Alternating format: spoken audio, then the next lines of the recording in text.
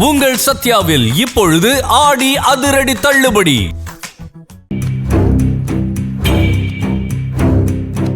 அண்ணே, நான் சொன்னா கேட்க மாட்டீங்களா? எனக்காகவும் அன்புக்காகவும் தானே வந்தீங்க? ஆமாமா, உங்க 2 பேருக்காக தான் நாங்க குடும்பத்தோட இங்க வந்து இருக்கோம். மருமகன் ஒருத்தி என் பிள்ளை இடத்துல வந்து உட்காந்துக்கிட்டு எங்களை அசிங்கப்படுத்தினா உனக்காகத்தானமா நாங்க எல்லாத்தையும் பொறுத்துக்கிட்டோம். நான் தூக்கி வளர்த்த பையன் தவசி இன்னைக்கு அத்தனை பேர் முன்னால என்ன வாயா பையன்னு பேசிட்டானம்மா. எனக்கு மனசு தாங்கலம்மா. இதுக்கு மேல நான் யாருக்காக இங்க இருக்கணும்? வேணாம்மா, வேணாம். நாங்க ஊருக்கு போறோம். துளசி, உங்க அம்மாக்கு போன் பண்ணி வர்றாளா இல்லையான்னு கேளு. கடைக்கு போக நேரம் பார்த்திருக்கா பாரு. அப்பா, இதுக்குதான் உங்களையும் அம்மாவையும் இங்க வராதீங்கன்னு சொன்னேன்.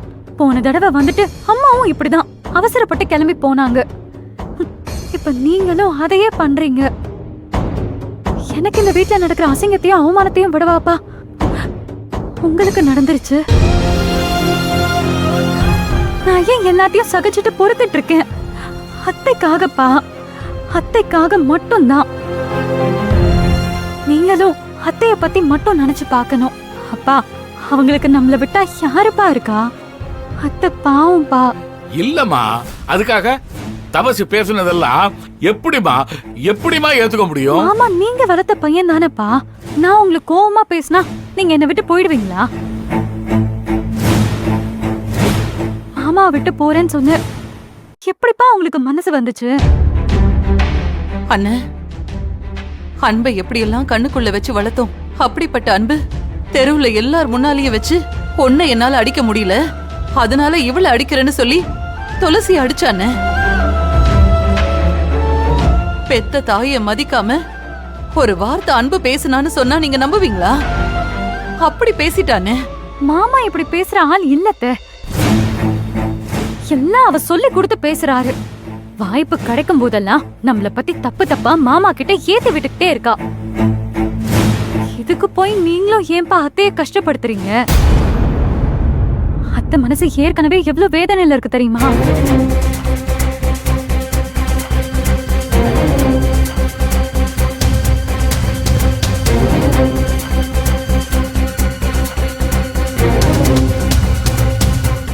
விழாலதான்மா இவதான் என் தவசி அப்படி பேச வச்சுட்டா. மாமாங்கிற பேச்சுக்கு மறு பேச்சு பேச தெரியாதவமா நம்ம தவசி. அவனை பொம்மை மாதிரி ஆட்டி படைச்சிருக்காமா இவ. நான் சொல்லி கொடுத்து நடக்க வேண்டிய அவசியம் இல்ல அவருக்கு. சொந்தமா சுயமா யோசிக்க தெரியும். இத்தனை நாளா மாமாங்கிற வார்த்தைக்கு மறு பேச்சு பேசாம இருந்தவர அப்படி கோவமா பேச வச்சதே நீங்கதே. கேட்டீங்களானே? பேச்சுக்கு பேச்சு, வார்த்தைக்கு வார்த்தை எதிர்த்து பேசுறாளே. இப்ப இந்த பேச்சுதான் நம்ம அன்புக்கும் வந்திருக்கு. இல்லனா சிரிச்ச முகத்தோட அமைதியா பொறுமையா பேசுவானே என் புள்ள. இவதான் கூட இருந்தே குழி பறிக்கிற வேலையெல்லாம் பாக்குறாளே, அப்புறம் என்ன செய்ய முடியும்? தவசியும்ல புத்திய கடை கொடுத்துட்டு நிக்கிறான். அப்படியே மாத்திட்டானே இவ. இல்லனா என் புள்ள இன்னைக்கு ஜெயிலுக்கு போயிருப்பானா? ஆமா, என் புருஷன் எனக்காக தான் ஜெயிலுக்கு போனாரு. இதெல்லாம் யார் சொன்னா? தன் பொண்டாட்டிக்காக ஜெயிலுக்கு கூட போக துணிஞ்ச மனுஷங்கிட்ட போய் விவாகரத்தை பத்தி பேசினா என்ன மரியாதை கிடைக்கணுமோ அது உங்களுக்கு கிடைச்சிருக்கு. அதுக்கும் என் புருஷனே குறை சொல்லுவீங்களா? என் மேல என் புருஷன் எம்புட்டு பாசம் வச்சிருக்காருன்னு தெரிஞ்ச பிறவும் என்னையும் அவரையும் பிரிக்கணும்னு உங்களுக்கு ஒரு நினைப்பு வந்திருக்கு பாருங்க. அந்த நினைப்புக்குதே அவர் உங்களை திட்டினாரு.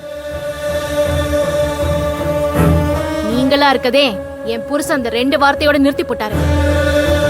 வேற யாராச்சும் எங்களை பிரிக்கணும்னு பேசியிருந்தா இந்த செவரக்கோட்டக்காரி கையே பதில் சொல்லிருக்கோம். பாத்தியாமா, என் வயசு கூட மரியாதை கொடுக்காம என்ன அடிப்பேன்னு சொல்றாமா. இதுக்கு மேலே நான் இங்க இருக்கணுமாமா? சொல்லுமா துளசி, நீ சொல்லு. உங்க பொண்ணையும் கூட்டிட்டு கிளம்புங்கன்னு தான் நான் வந்ததுல இருந்து சொல்லிட்டு இருக்கேன். நீங்க தான் கேட்கவே மாட்டேங்கிறீங்க.